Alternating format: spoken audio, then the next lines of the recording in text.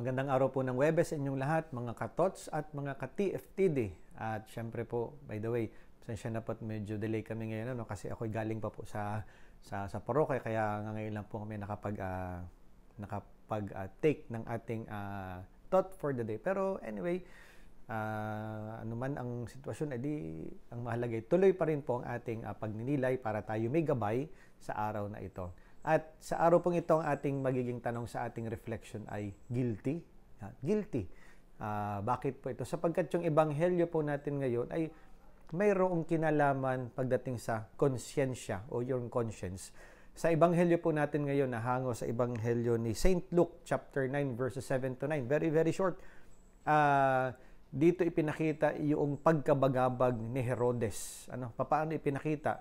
Sapagkat nababalitaan niya na mayroong isang tao na sa katauhan ng ating Panginoong Hesus na nangangaral, nagtuturo, at syempre, bilang hari, para nagsosurvey itong si Haring Herodes. At ayon sa kanyang survey, sabi ng mga tao, ito'y si Juan Bautista na parang muling nabuhay. Kaya nga, itong si Herodes, dahil alam niya, maliwanag naman, siya yung nagpapatay kay Juan Bautista dahil sa kahilingan.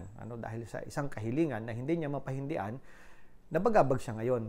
Sapagkat alam niyang siya ang nagpapatay, pero ay sino itong sinasabi ng mga tao na si Juan Bautista, sapagkat siya, sabi niya, ipinapatay. Ako ang nagpapugot sa kanya ng ulo. Kaya, kumbaga, nababagabag si Haring Herodes ng kanyang konsyensya. Kaya, sabi ko nga, ito yung magiging parang sentro ng ating pagninilay. It's about our conscience. At sabi, daw po ang sabi, ang ating konsensya ay parang bagang warning device.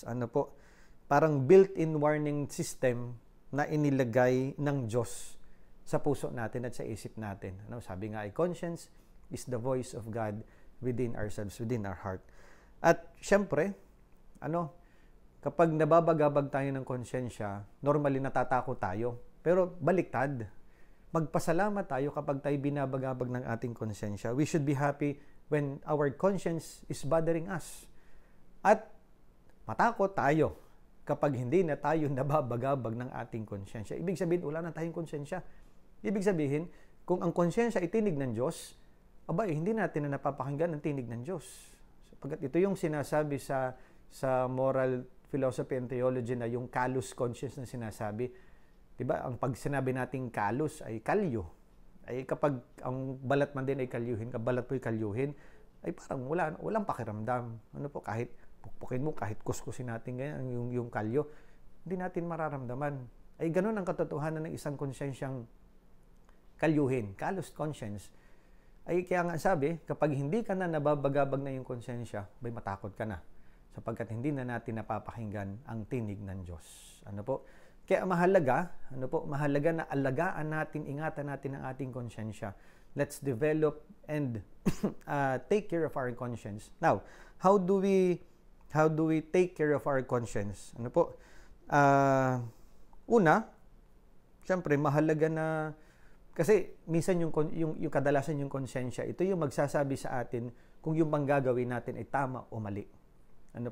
Kaya in order for us to develop our conscience, maganda na pag tayo may pagkakamali, yung maganda, tanggapin, aminin. Ganun lang kasimple. Ang hilig kasi nating magpalusot kasi po ganito ganyan, kasi sanabi sa akin, kasi ganito. Ang dami natin laging palusot. Pero maliwanag naman, may mali tayo.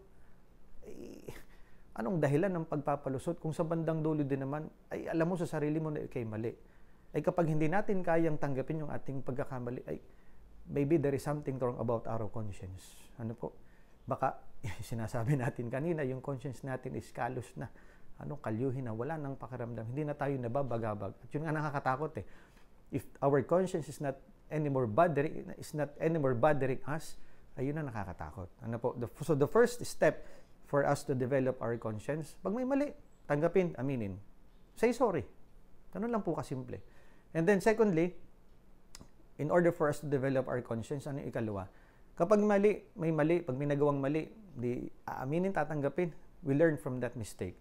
Sapagkat kapag hindi tayo natututo sa ating pagkakamali, nakakatakot din ay di parang wala na rin tayong konsensya kasi gagawin at gagawin natin ng paulit-ulit yung mali nating ginagawa. So, paano tayo matututo? Para tayong batang laging turuan. Ano po? So, let's develop our conscience. We learn from our mistakes para nang sa gayon, kapag may isang action tayong gagawin, we are contemplating on something that we will do, automatic, sasabihin ng conscience sa atin, oh, mali yan, teka. Adi, pag alam nating mali, ibig sabihin, iiwasan na natin kasi natuto na tayo dun sa ating naging pagkakamaliin na before. Ano po? So, yun ang ikalawang paraan para ma-develop ang ating conscience. If there is a mistake that we have done, we learn from that. Para na sa gayon, maiwasan na natin. And then, thirdly, lastly, ito yung mahalaga. Let's keep in our hearts yung salita ng Diyos. Mamuhay tayo palagi ayon sa kanyang salita. Di ba sabi natin kanina, conscience is the voice of God within us. So kung ito'y boses ng Diyos sa ating kalooban, di dapat lamang lagi tayong nakikinig, nasa puso at isinasabuhay natin ang kanyang salita. Pero kung hindi natin pinakikinggan, hindi natin isinasapuso at hindi natin isinasabuhay, ay talagang imposibleng mapakinggan natin ang tinig ng Diyos sa ating buhay, ang ating konsensya. Ano po? So mga kapatid, sana let's continue to develop our conscience. Kaya yung tanong natin ay guilty. Pag tayo laging nagigilty, ay salamat sa Diyos. Napapakinggan pa natin ang tinig ng Panginoon sa ating buhay. At yun nga, kung guilty, edi say sorry.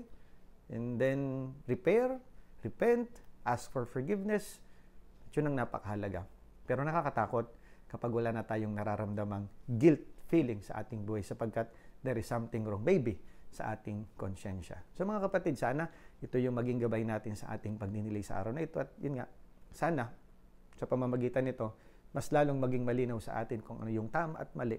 Upang sa gayon, ang mali ay iwasan, ang tama ipagpatuloy na gawin upang sa gayon, tayo'y lagi nating mapakinggan ang tinig ng Diyos sa ating buhay. Okay po? So, syempre, hindi pa rin mawawala ang patuloy na hamon sa atin na maging mga cyber missionaries. Let's continue to evangelize the word through social media. So again po, please like, share ang atin pong page. Ganun din po ang ating Instagram at Thought for the Day, ang ating YouTube channel na TFTD Bless and Blessing at ang ating TikTok account na @Thought for the Day. At pagbati po ng happy birthday kay Nenan Misiano ng Apostolado ng Panalangin. Ganun din po kay Esther Nolos, kay Teresita Verdote, kay Bambi Malyari, sa akin pong pinsan kay Camille Rabanera, at kay Aiza Musa, kaibigan natin po dyan sa Cebu. At syempre po patuloy na paghiling ng panalangin para sa lahat ng apektado ng COVID-19, sa lahat po ng frontliners, at ganoon na rin para sa kapayapaan sa bansang Ukraine at sa buong mundo. At sa huli, syempre, wag nating tatandaan ano man ang sitwasyon, ano man ang pagkakataon, edi tayo pinagpapala at tayo sana maging pagpapala din sa ating kapwa. Magandang araw po and God bless sa inyong lahat.